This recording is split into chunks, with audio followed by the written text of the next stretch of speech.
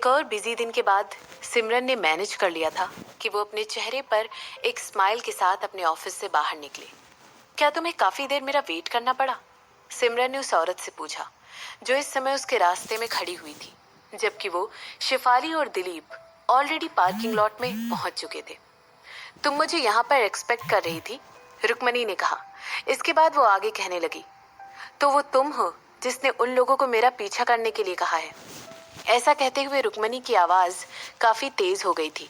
उसे पता था कि कोई उसका पीछा कर रहा है और उसके हर कदम पर नजर रख रहा है, मगर उसे लग रहा था कि ये सब कुछ शशांक ने किया है। मेरा गला थोड़ा सूख रहा है, क्यों ना चलकर कॉफी पी जाए? सिमरन ने ऐसा कहते हुए अपनी कार की तरफ चलना जारी रखा। इसके रिस्पॉन्स में रुक्मणी ने अपनी एक आईब्रो उठाई, लेकिन उसने सिमरन का पीछा करने से हेजिटेट नहीं किया। उसे याद नहीं आ रहा था कि इसके पहले उसके कौन से दुश्मन ने उसे इस तरह कॉफी पर इनवाइट किया था। जैसे ही उसने देखा कि सिमरन अपनी कार में सेटल हो गई है, रुक्मणी भी उसे बिना किसी झिझक के ज्वाइन कर लेती है। एक बार वहां बैठने के बाद दोनों औरतों ने अपने मुंह से एक शब्द नहीं निकाला। दोनों को ये बात पता थी कि उनके बिजनेस को सेटल करने के लिए ये कोई सही जगह नहीं थी। रुक्मणी सिमरन की तरफ देख रही थी और वो उसे देखकर बहुत ज्यादा सरप्राइज थी, क्योंकि सिमरन इस समय अपने फोन पर गेम खेल रही थी।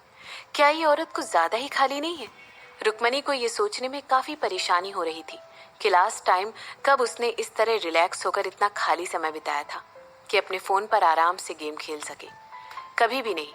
रुक्मणी को याद ही नहीं था कि उसने कभी गेम खेले भी थे। किसी वजह से अचानक उसकी नजरें ट्रैवल करते हुए सिमरन के चेहरे पर जा अटक गई। सिमरन की खूबसूरत आईब्रोज इस समय ऊपर उठी हुई थी और वो समय समय पर अपना लोअर लिप गेम खेलते खेलते बाइट कर रही थी। ऐसा लग रहा था जैसे उसे गेम में एक बहुत ही मुश्किल सिचुएशन का सामना करना पड़ रहा था। ये पहली बार था जब रुक्मणी सिमरन से पर्सनली मिल रही थी, और अगर सच कहा जाए तो वो बहुत अच्छा सरप्राइज था कि जैसे उसने सिमरन को एक्सपेक्ट किया था वो वैसी बिल्कुल भी नहीं दिख रही थी। उसने हमेशा से सोचा था कि सिमरन एक बिल्कुल बर्फ की रानी की तरह होगी, जैसे कि उसके बारे में बखान किया जाता है और उसकी अचीवमेंट के बारे में बिजनेस वर्ल्ड में रोज ही चर्चा की जाती है। लेकिन सिमरन वैसी बिल्कुल भी नहीं थी। रुक्मणी ने सोचा था कि सिमरन बहुत ही कोल्ड होगी और उसके चेहरे पर बहुत ही सीरियस एक्सप्रेशन होंगे, मगर ये क्या?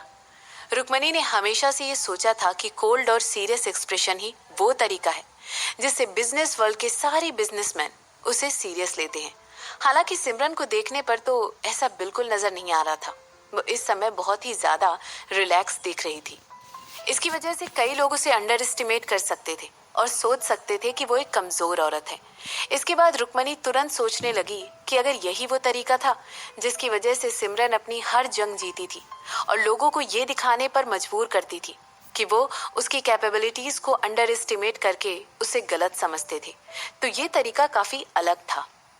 तुम ऐसे क्या देख रही हो? अब मुझसे ये मत कहना कि तुम। सिमरन ने अपनी आंखें छोटी करते हुए उसकी तरफ देखा और कहा कि तुम्हें लड़कियां पसंद है क्या? बिल्कुल भी नहीं। ऐसा कहते हुए रुक्मणी ने तुरंत अपनी नजर सिमरन पर से हटा ली। उसने ये बात नोटिस भी नहीं की थी कि सिमरन को पता था कि वो उसे देख रही थी और वो रुक्मणी की तरफ वापस घूरकर देख रही थी। इसी के बाद रुक्मणी ने टॉपिक चेंज करते हुए पूछा, मैं तो सोच रही थी कि तुम क्या खेल रही हो। ओह, इसे कैंडी क्रश कहते हैं। शशांक ने इसे मेरे फोन पर हफ्तों पहले इंस्टॉल किया था, सिमरन ने जवाब दिया।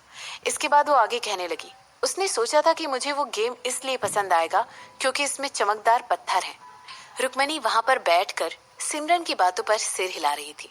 इसके बाद उसकी नजरें सिमरन के कपड़ों पर गई। उसने जो हील्स इस समय पहन रखी थी उसने छोटे छोटे चमकते हुए स्टोन्स लगे हुए थे, जो कि उसके हैंडबैग पर लगे हुए स्टोन्स से बिल्कुल मैच कर रहे थे। ऐसा लग रहा था कि सिमरन को चमकदार और ग्लिटर करती हुई चीजें बहुत पसंद हैं। इसके बाद रुक्मणी ने तुरंत अपनी नजरें दूसरी तरफ करते हुए खिड़की के बाहर देखना शुरू कर दिया और वो बाहर की तरफ के नजारे को देखते हुए गहरे ख्यालों में खो गई। इस इंडस्ट्री में रुक्मणी को हमेशा फोर्स करके ऐसा क्रूर बनाया गया था जितना कि वो बन सकती थी। वो हमेशा ऐसे डिसीजन लेती थी जिसकी वजह से लोगों को चोट पहुंचती थी, और उसने कभी भी अपने डिसीजन को रिग्रेट नहीं किया था। उसका एक्सप्रेशन हमेशा ही कोल्ड और अनइनवाइटिंग दिखता था, और इसी वजह से वो हमेशा वाइट, ब्लैक या बेज कलर के कपड़े पहनती थी। उसने चमकदार चीजों को और पिंक नेल पॉलिश को पसंद करना बंद कर दिया था। वो चाहती थी कि लोग उसे एक स्मार्ट बिजनेस वुमेन की तरह देखें और किसी और खूबसूरत लड़की की तरह ना समझे। वो लोग हमेशा कहते थे कि आदमी ही इस वर्ल्ड पर राज करता है और अगर तुम्हें सक्सीड होना है या बिजनेस में अपनी पकड़ बनानी है तो तुम्हें भी एक आदमी की तरह ही एक्टिंग करनी पड़ेगी।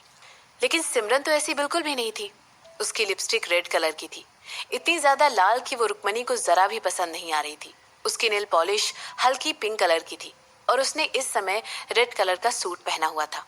यहाँ तक कि उसके चेहरे पर एक छोटी सी स्माइल भी थी। ये सब तो ये सब तो उस चीज का बिल्कुल अपोजिट था जो कि रुक्मणी ने मर्दों के इर्द गिर्द रहकर सीखी थी। उसके ओपिनियन में मर्दों को हमेशा औरतों को लिभाना पसंद था और इस तरह वो उनका फायदा उठाते थे। वो हमेशा औरतों को अंडर एस्टिमेट करते थे और सोचते थे कि वो उनसे कमजोर और बेवकूफ है। तो क्या यही वजह थी कि सिमरन यूरोपियन कल्चर से बहुत ज्यादा इन्फ्लुएंस थी? तो क्या इसकी वजह ये थी कि उसकी नानी माँ ने उसे इसी तरह ट्रेन किया था? हो सकता है ये सब कुछ कल्चरल डिफरेंसेस की वजह से था, है ना? लो हम आ गए, रुक्मणी ने सिमरन को ये कहते हुए सुना। जैसे ही उसने उस जगह की तरफ देखा वो तुरंत सिमरन का पीछा करते हुए अंदर आ गई।